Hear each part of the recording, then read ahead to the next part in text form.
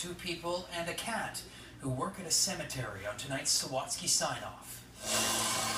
This is Kitty, but before we tell you about her life among the dead, meet Jeffrey. Love my job. Jeffrey has been the caretaker at this Victoria cemetery for about 14 years. Best job I ever had in my life. Why? 'Cause I always get the graveyard shift. Well, his job was perfect. Another aspect of his life wasn't. So he looked up through the oak trees and asked for help. Just talking to the sky because I wanted a girlfriend.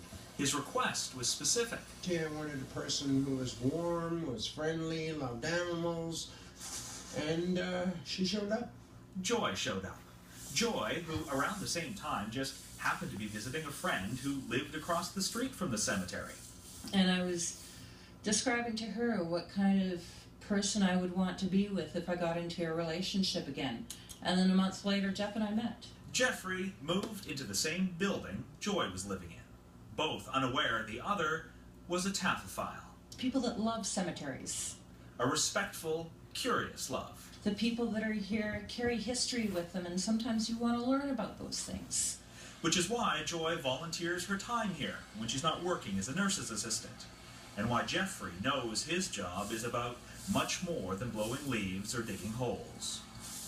The small words and gestures you say or don't say to a grieving family member makes a big difference. If I can make them leave here with a smile rather than tears, I've helped them in some small way to overcome grief that doesn't end.